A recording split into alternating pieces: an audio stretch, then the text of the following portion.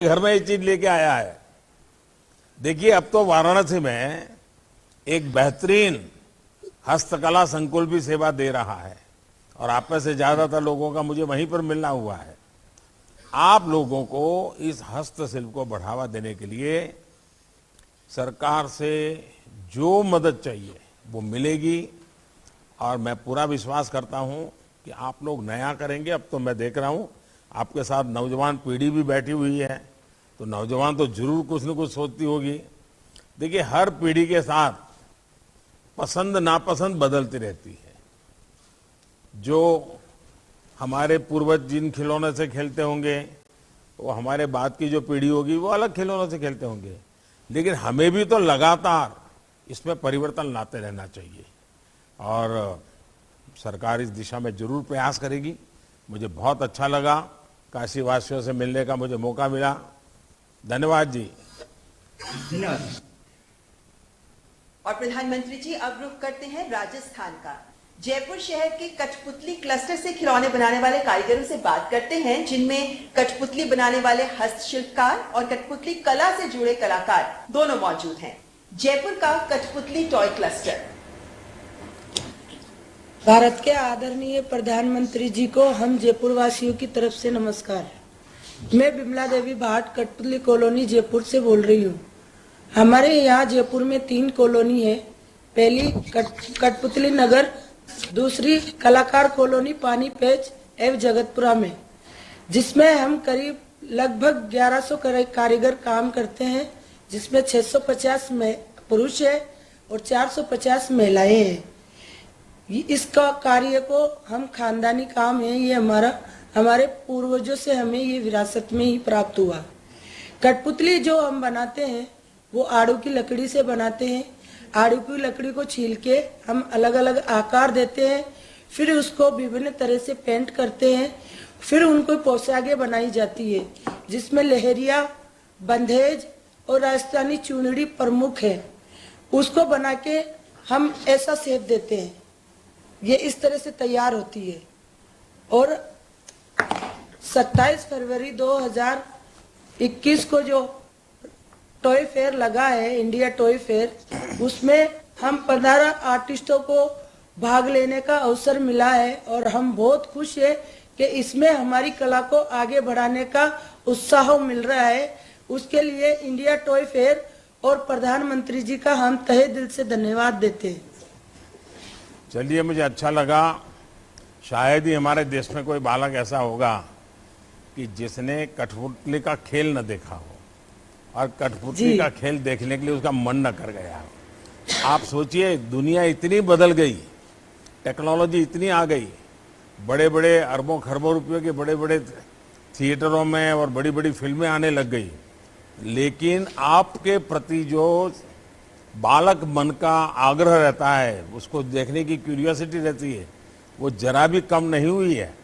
ये एक तो सबसे पहले कठपुतली कला से जुड़े हुए आप सब बधाई पात्र हैं, आपके पूर्वज बधाई के पात्र हैं और आपने इसमें गौरव रखा हुआ है। आप में मैंने देखा है कि बहुत ही बड़े पढ़े लिखे लोगों का ऑडियंस बैठा हो, बड़ी 5 स्टार होटल में किसी कोने में आप काम कर रहे हो। मैंने देखा है कि आपका कॉन्फिडेंस लेवल बड़ा गजब होता है।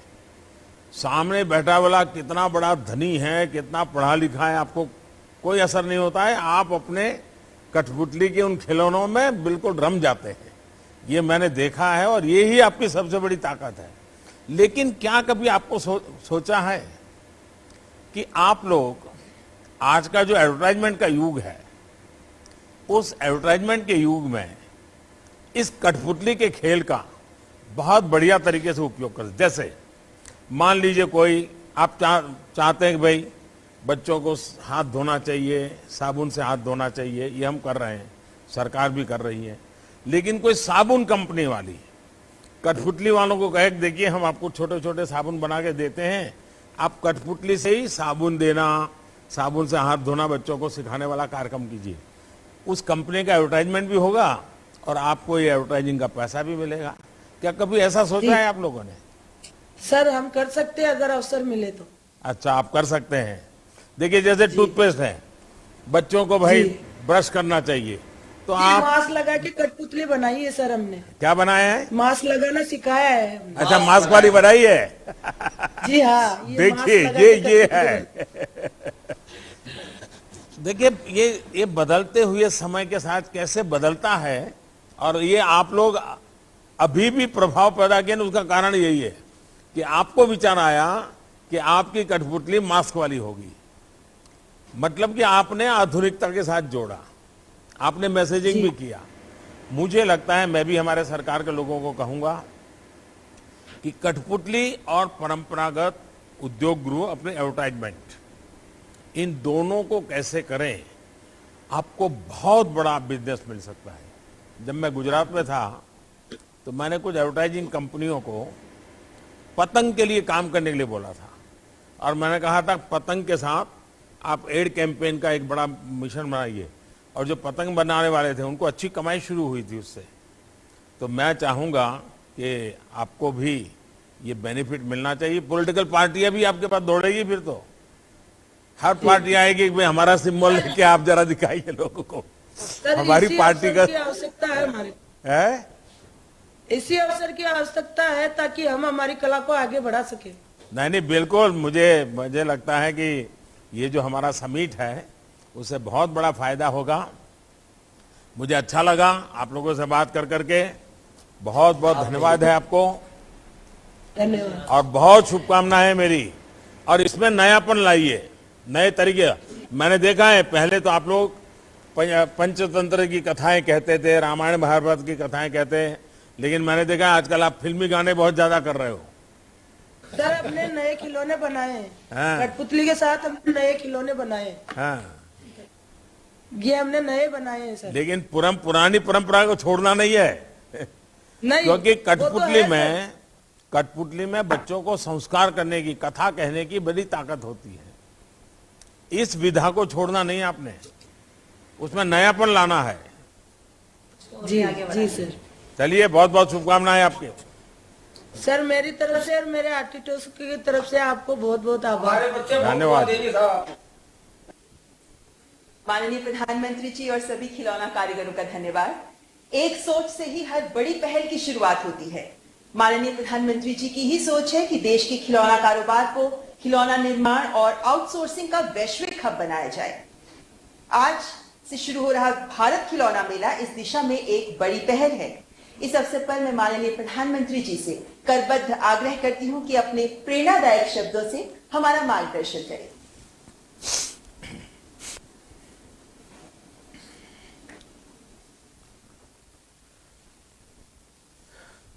आप सभी से बात करके ये पता चलता है कि हमारे देश की टॉय इंडस्ट्री में कितनी बड़ी ताकत छिपी हुई है। इस ताकत को बढ़ाना, इसकी पहचान बढ़ाना आत्मनिर्भर भारत अभियान का बहुत बड़ा हिस्सा है। ये हम सभी के लिए आनंद की बात है कि आज हम देश के पहले टॉय फेयर की शुरुआत का हिस्सा बन रहे हैं। टॉय फेयर के इस कार्यक्रम में मेरे साथ जुड़ रहे कैबिनेट के मेरे सभी साथी, टॉय इंडस्ट्री से जुड़े सभी प्रतिनिधिगण, सभी कारीगर भाई बहन, पेरेंट्स, टीचर्स और प्यारे बच्चों, ये पहला टॉय फेयर केवल एक व्यापारिक या आर्थिक कार्यक्रम भर नहीं है। ये कार्यक्रम देश की सदियों पुरानी खेल और उल्लास की संस्कृति को मजबूत करने की एक कड़ी है।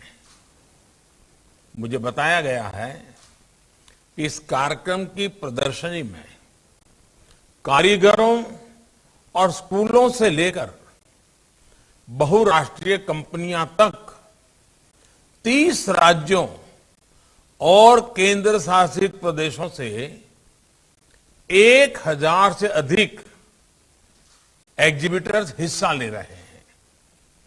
आप सभी के लिए एक ऐसा मंच होने जा रहा है जहां आप खिलौनों के डिजाइन, इनोवेशन, टेक्नोलॉजी से लेकर मार्केटिंग, पैकेजिंग तक चर्चा परिचर्चा भी करेंगे और अपने अनुभव साझा भी करेंगे। टॉय फेयर 2021 में आपके पास भारत में ऑनलाइन गेमिंग उद्योग और ई स्पोर्ट्स उद्योग के इकोसिस्टम के बारे में जानने का अवसर होगा।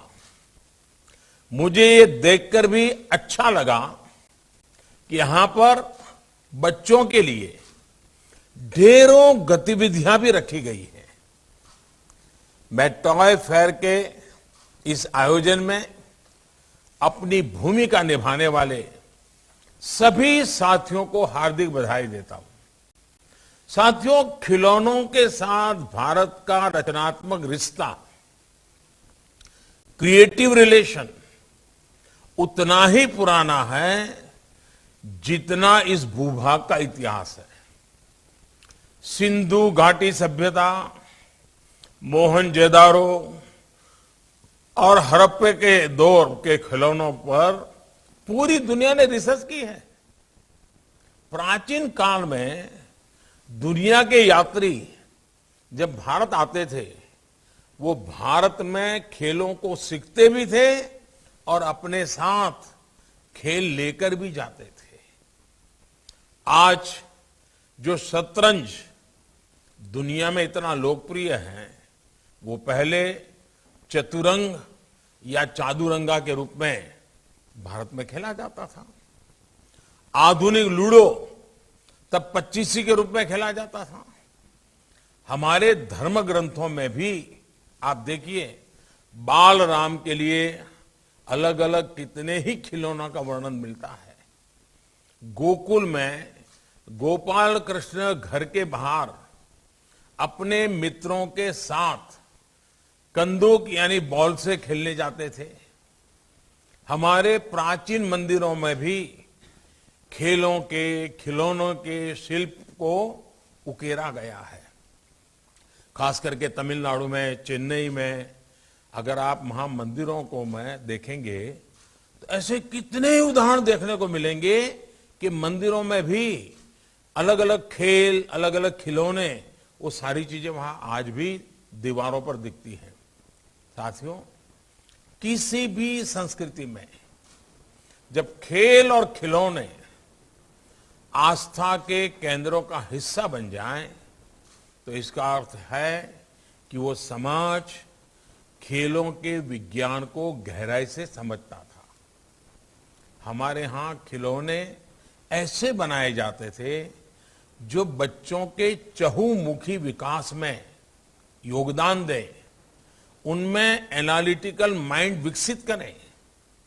आज भी भारतीय खिलौने आधुनिक फैंसी खिलौनों की तुलना में कहीं सरल और सस्ते होते हैं, सामाजिक भौगोलिक परिवेश से जुड़े भी होते हैं।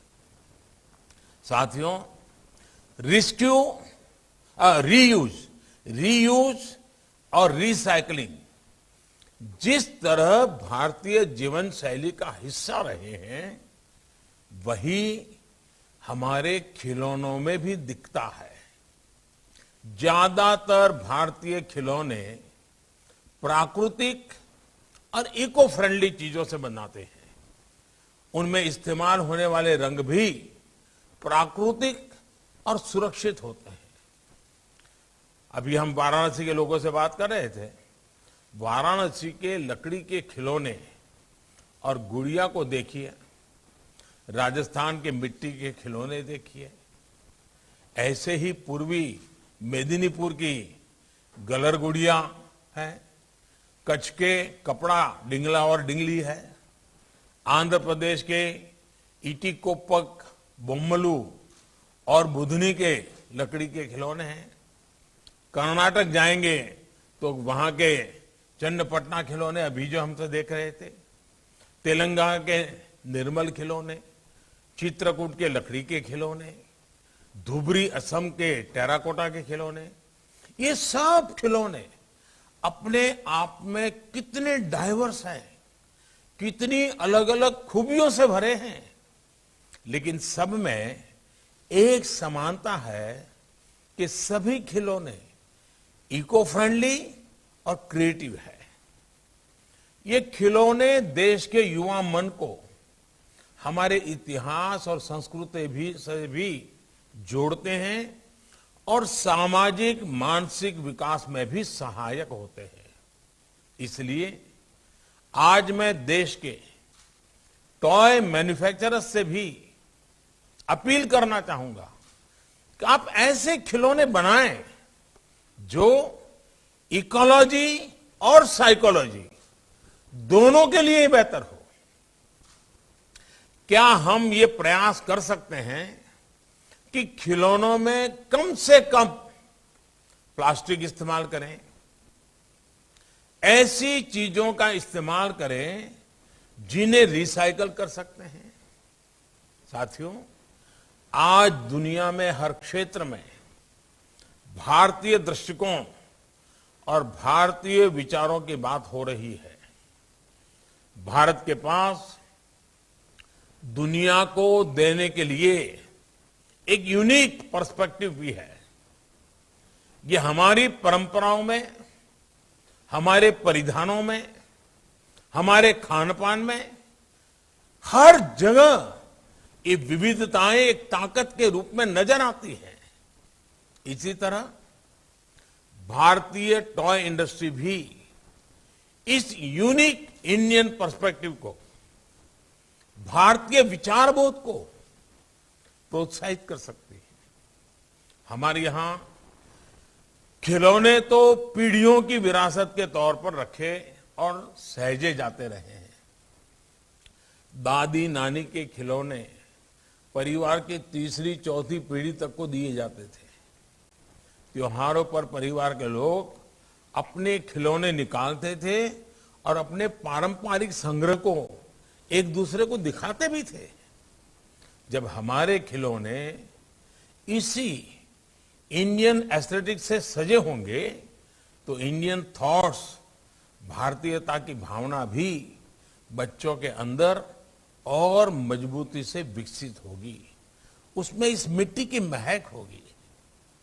प्यारे बच्चों और साथियों, गुरुदेव रविंद्रनाथ टैगोर ने अपनी एक कविता में कहा है कि when I bring to you colored toys, my child, I understand why there is such a play of colors on clouds on water and why flowers are painted in tints when I give colored toys to you, my child. यानी एक खिलौना बच्चों को खुशियों की अनंत दुनिया में ले जाता है। खिलौना का एक एक रंग बच्चों के जीवन में कितने ही रंग बिखेरता है। आज यहां इतने खिलौनों को देखकर यहां उपस्थित बच्चे जैसा महसूस कर रहे हैं, वही अनुभव हम सबने भी अपने बचपन की यादों में संजो कर रखा है।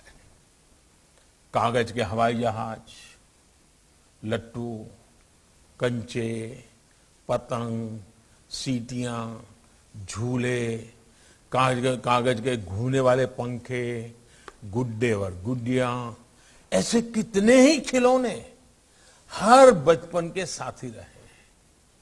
साइंस के कितने ही सिद्धांत, कितनी ही बातें, जैसे कि रोटेशन, ऑसिलेशन, प्रेशर, फ्रिक्शन, ये सब हम खिलौनों से खेलते हुए, उन्हें बनाते हुए खुद ब खुद सीख जाते थे।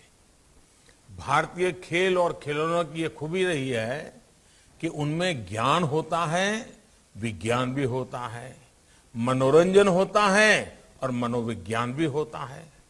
उदाहरण के तौर पर लट्टू को ही ले लीजिए। जब बच्चे लट्टू से खेलना सीखते हैं तो लट्टू खेल खेल में ही उन्हें ग्रेविटी और बैलेंस का पाठ पढ़ा जाता है। वैसे ही गुलेल से खेलता बच्चा जाने अनजाने में पोटेंशियल से काइनेटिक एनर्जी के बारे में बेसिक सीखने लगता है। पजल टॉय से रणनीतिक सोच और समस्या को सुलझाने की सोच विकसित होती है। इसी तरह नवजात बच्चे भी झुनझुने और बाजे घुमा घुमाकर सर्कुलर मूवमेंट को महसूस करने लगते हैं। आगे जाकर इन्हीं चीजों को जब उन्हें उनकी कक्षा में किताबों में पढ़ाया जाता है तो अपने खेल से उसे रिलेट कर पाते हैं, प्रैक्टिकल एस्पेक्ट को समझ पाते हैं। केवल किताबी ज्ञान से ये समझ विकसित ही नहीं हो सकती है। साथियों, आप सबने भी देखा होगा कि रचनात्मक खिलौने कैसे बच्चों के सेंसेस को डेवलप करते हैं, उनकी कल्पनाओं को पंख देते हैं। अपने खिलौनों के इर्द गिर्द बच्चे कैसे अपनी कल्पनाओं का एक पूरा संसार बना लेते हैं।